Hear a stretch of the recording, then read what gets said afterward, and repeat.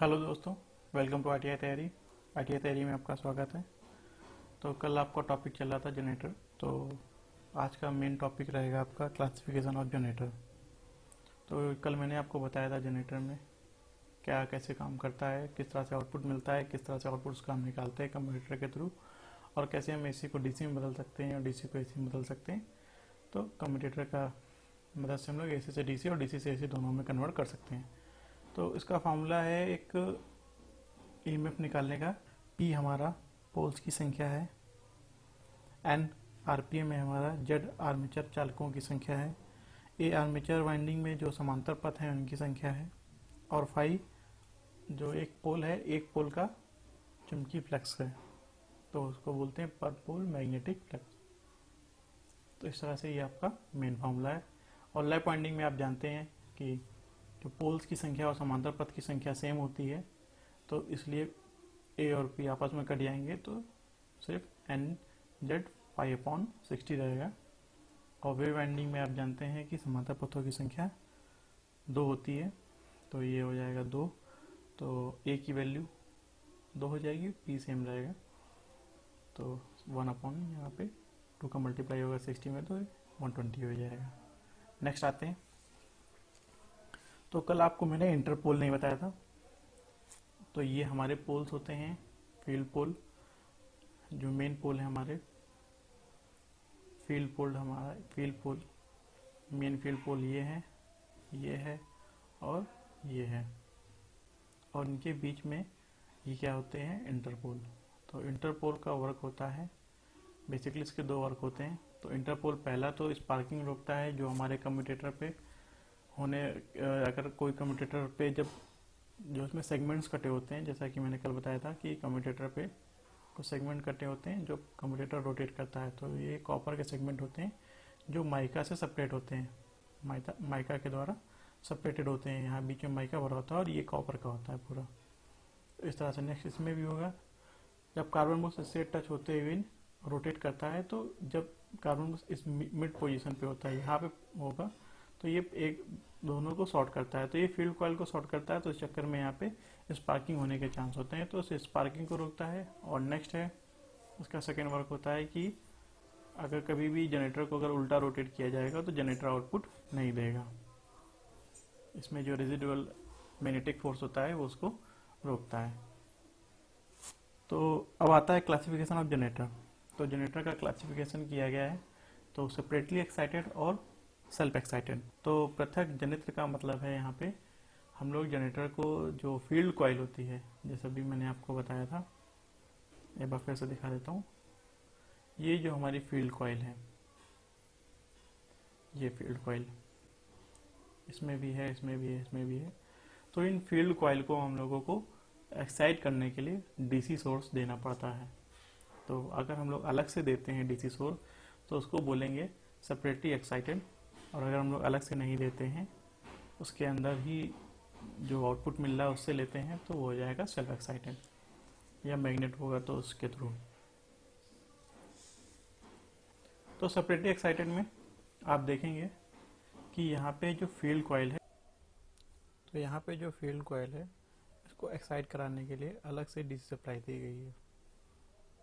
तो यहाँ पे हम लोग बैटरी या अदर कोई सोर्स, डीसी सोर्स यूज़ करते हैं। इसको देंगे जो हमारी फील्ड कॉइल को जाएगी, और फील्ड कॉइल के बाद जब हम उसको रोटेट कराएंगे जनरेटर को, तब आर्मेचर करंट यहाँ पे जनरेट होगी, और ये इसका रेजिस्टेंस होता है आर्मेचर का। आर्मेचर वाइंडिंग में जो वायर है, कंडक्टर है, उसका रेजिस्टेंस।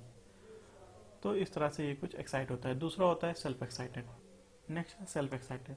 तो सेल्फ एक्साइटेड जनरेटर में आप देखेंगे कि जो भी यहाँ पे आपका आर्मेचर है, आर्मेचर से ही आप क्या करते हैं, एक वाइंडिंग लेके जाएंगे, आर्मेचर वाइंडिंग का एक वायर इसके थ्रू, शंट के थ्रू होते हुए यहाँ से जाएगा, और दूसरा यहाँ से ये लोड पे चला जाता है।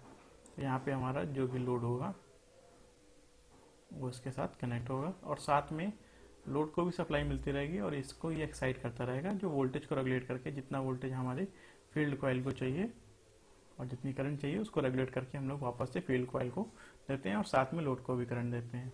तो यहाँ पे आपको मैंने 2 पोल और 4 पोल परमानेंट मैग्नेट बताया। तो यहाँ पे परमानेंट मैग्नेट का यूज़ जब करते हैं तो ये भी सेल्फ एक्साइटेड होता है, क्योंकि हमें फील्ड कॉइल जो होती है, मैंने आपको पहले बताया है कि विद्युत चुंबक बनाते हैं हम लोग। तो अगर हम लोग किसी वायर को टर्न्स में बदल दें और उस टर्न्स में बदलने के बाद जो हमारी कॉइल प्राप्त होगी, इस कॉइल को अगर हम लोग डीसी सप्लाई देते हैं तो वो मैग्नेट की तरह वर्क करने लगती है, जिसको हम लोग बोलते हैं इलेक्ट्रोमैग्नेट।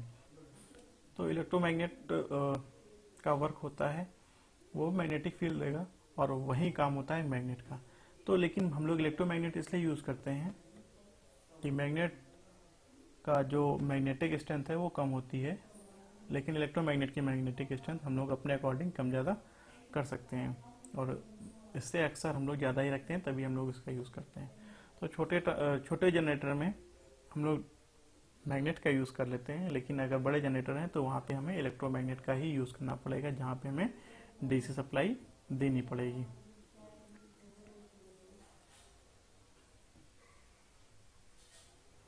तो यहाँ पे 2 पोल के हैं, तो ये सेल्फ जनरेटर कहलाएंगे, सेल्फ एक्साइटेड जनरेटर। तो ये सारे सेल्फ एक्साइटेड जनरेटर हैं। तो एक्साइटेड का मतलब आप समझ गए होंगे, हम लोग फील्ड को एक्साइट करने की बात करते हैं। तो अगर फील्ड यहाँ पे जैसे आपने देख रहे हैं फील्ड कॉइल दी गई है, तो यहाँ पे फील्ड कॉइल को हमें सप्लाई देनी पड़ेगी तभी एक्साइट होगा। लेकिन यहाँ पे अगर मैग्नेट है तो मैग्नेट को हमें कोई भी सप्लाई देने की जरूरत ही नहीं है, वो सीधा मैग्नेटिक फील्ड निकालेगा। मैग्नेटिक फील्ड में इलेक्ट्रिक लाइन्स होती हैं, जो विद्युत चुम्बकीय बल रेखाएं होती हैं, वो यहाँ से निकलेंगी और ये जो हमारा आर्मेचर है, इस पे जो ये कॉइल्स हैं वो इसको कट करेंगी। तो कट करने से हमारे आर्मेचर के कंडक्टर पे एक ईएमएफ जनरेट होता है, यही हमारा फैराडे का लॉ है। तो फैराडे के लॉ को अगर हम लोग अगर थोड़ा टिपिकल रूप में जैसे पढ़ते हैं तो वो यही है कि अगर किसी चालक को किसी विद्युत चुम्बकीय क्षेत्र में इस प्रकार गतिमान करें कि उसमें चुम्बकीय बल रेखाओं को वो कट करे, तो उस चालक में एक ईएमएफ जनरेट हो जाता है। तो इसी तरह से हमारे आउटपुट यहाँ से मिलने लगता है।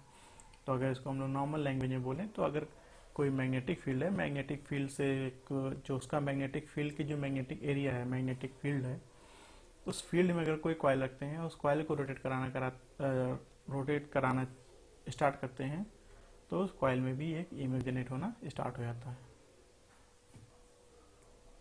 तो अब सेल्फ एक्साइटेड के ही ये आगे हैं सीरीज जनरेटर, शंट जनरेटर और कंपाउंड जनरेटर। तो सीरीज जनरेटर में हम लोग क्या करते हैं कि जो हमारी फील्ड वाइंडिंग है, ये हमारी फील्ड वाइंडिंग है और ये हमारा आर्मेचर है, आर्मेचर की वाइंडिंग, ये मतलब पूरा असेंबली है ये। और यहाँ पे हम अपना जो आउटपुट पे लोड मिलेगा, ये हमारा वो लोड है, इस पे हम लोग अपने सप्लाई को देंगे। तो यहाँ पे आर्मेचर से जो भी आउटपुट जनरेट होता है उसको हम लोग सीरीज, जो भी फील्ड वाइंडिंग है उसको सीरीज में उसको कनेक्ट कर देते हैं। मतलब आर्मेचर के वायर को हम लोग जो फील्ड वाइंडिंग के वायर से सीरीज में कनेक्ट कर देते हैं और यहाँ से करंट होके वो लोड को जाएगी और वापस से आर्मेचर में आएगी। तो इस तरह से हमारा क्या होगा, एक सर्किट कंप्लीट होता है। तो ये ऑटोमेटिक एक्साइट होती है आर्मेचर के थ्रू, क्योंकि ये इसके सीरीज में है, तो ये सेल्फ एक्साइटेड कहलाएगी। ये भी नेक्स्ट जाने से पहले आप इसमें ये देख लीजिए कि इसकी जो आर्मेचर करंट है आई ए, क्योंकि ये सीरीज में है तो ये सारी बराबर होंगी। आई ए बराबर होगी आई एस सी के, मतलब सीरीज कॉइल के, और आई सी बराबर होगी आई एल के। तो ये इसके बराबर होगी, तीनों करंट एक दूसरे के बराबर होती हैं। शंट वाउंड मोटर इसको इसलिए बोला गया है क्योंकि जो हमारी फील्ड कॉइल होती है आर्मेचर के पैरेलल में कनेक्ट होती है। तो यहाँ पे आर्मेचर से जो भी करंट निकलेगी उसको हम लोग इसके थ्रू, इधर भी जाएगी करंट और इधर भी जाएगी लोड पे।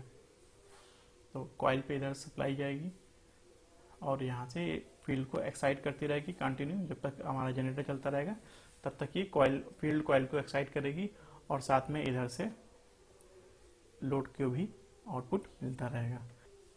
तो इस तरह के जनरेटर को हम लोग लोड को हटा कर रिस्टार्ट करते हैं। अगर लोड को कनेक्ट करके चलाएंगे तो फील्ड कॉइल पे सप्लाई नहीं जाएगी और ये एक्साइट होना बंद हो जाएगी, जिससे हमारा आर्मेचर काम करना बंद कर देगा। क्योंकि आर्मेचर को जब चुंबकीय क्षेत्र की बल रेखाएं ही नहीं मिलेंगी तो आउटपुट कोई भी जनरेट नहीं कर पाएगा।